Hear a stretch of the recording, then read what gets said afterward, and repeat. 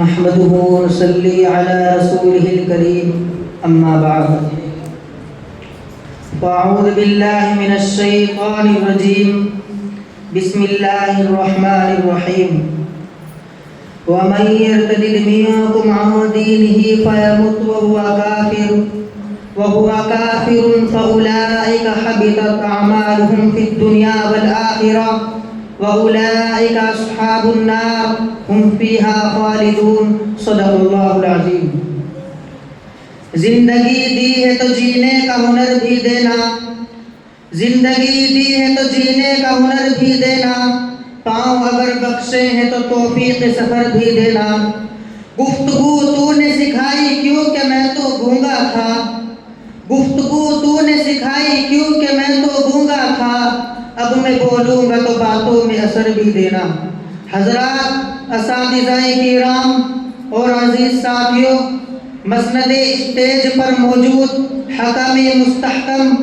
آج میری تقریر کا عنوان ہے فتنہ ارتداد اور اس کا تدارک۔ ارتداد کہتے ہیں دینی اسلام کو چھوڑ کر کسی اور دھرم کو اختیار کر لینا۔ یہ ایک ایسا عمل ہے کہ جس کے بارے میں ہے خسر الدنیا والآخرہ، کہ مرتد کی دنیا بھی گئی اور آخرت بھی گئی۔ حضرات، آج جب ہم نے اس کے وجوہات تلاش کرنے کی کوشش کی تو ہمیں دو چیزیں نظر آئی جو حقیقتاً ایک ہی ہے، اور وہ ہے دین سے دوری۔ مسلمان جب دین سے دور ہوا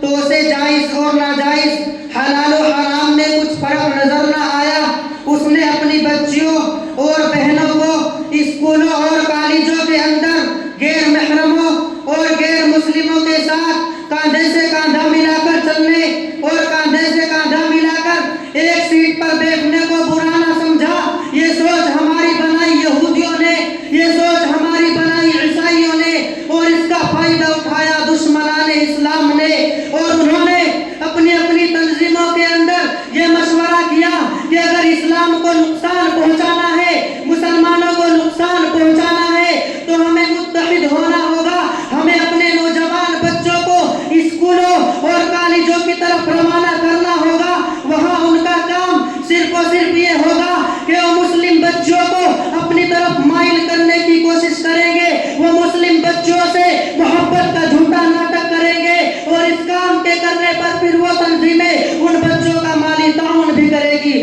یہ سب کچھ ہو رہا ہے مسلمانوں کو مٹانے کے لیے، یہ سب کچھ ہو رہا ہے اسلام کو مٹانے کے لیے، یہ سب کچھ ہو رہا ہے مسلمانوں کو مرتد کرنے کے لیے۔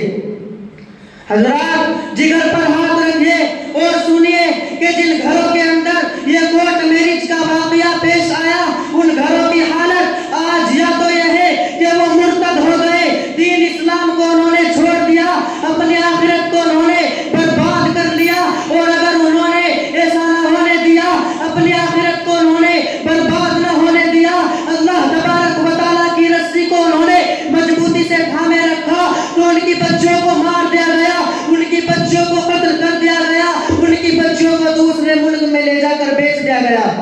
حضرات، اگر کبھی ان بچوں کے حالات معلوم کرنے ہو تو ان والدین کے بہتے ہوئے آنسو اور سرخ آنکھیں دیکھ لینا جو سالہ سال سے اپنی بچوں کی آمد کا انتظار کر رہے ہیں۔ اگر کبھی ان بہنوں کے حالات معلوم کرنے ہو تو ان بھائیوں کے اترے ہوئے چہرے دیکھ لینا جو سالہ سال سے اپنی بہنوں کا انصاف